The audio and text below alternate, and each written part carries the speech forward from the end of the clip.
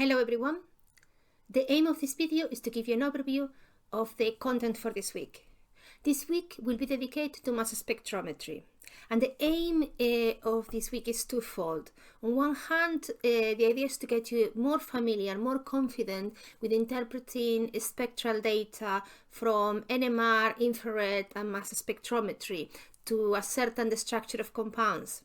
And the second part of the aim is for you to become familiar with the uses of mass spectrometry in biological applications, specifically to the study of proteins and to a lesser extent other biomolecules like DNA.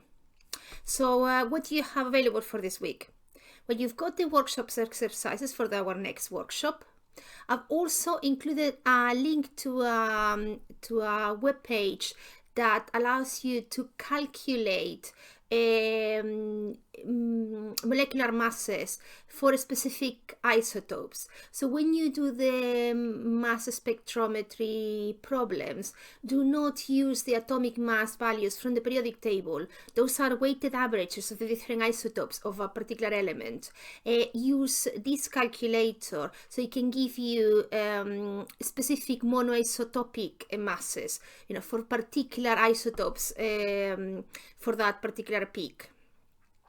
The week assumes that you know about mass spectrometry, and you do know about mass spectrometry. You studied in the past, so I would encourage you to have a look, for example, to your notes from second year analytical chemistry, in which you did a session on mass spectrometry.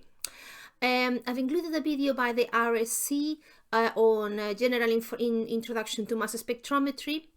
Chapter 5 from Organic Spectroscopic Analysis, which is dedicated to mass spectrometry, again as a reminder of what mass spectrometry is and how to interpret the mass spectra.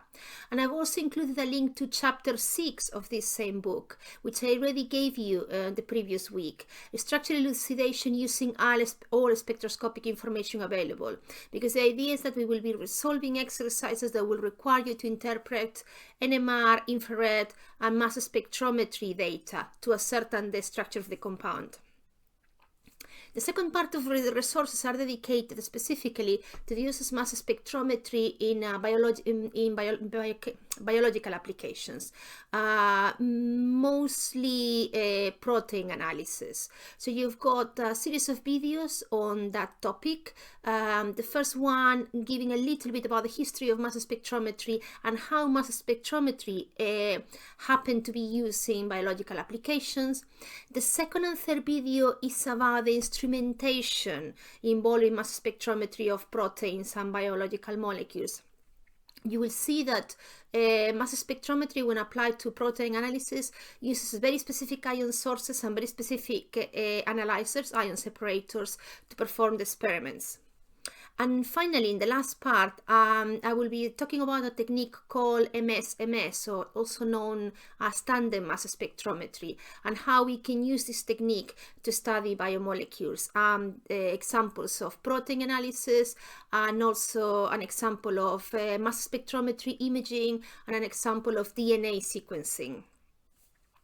You've got a video to a commercial video on something called peptide mass fingerprinting, which is one of the uses of mass spectrometry in the study of proteins, and it gives an overview of something that it is also. I also mention it on the videos I've developed. You've got 3 papers to look at. One is a review from 2006 on the use of mass spectrometry in protein analysis, and the other 2, mass spectrometry DNA sequencing and the MALDI mass spectrometry imaging of lipids in rat brain tissue, are specifically mentioned in parts of the final video. So here are the direct links to those papers. So this is all. I hope you have a really good week and that you enjoy the resources.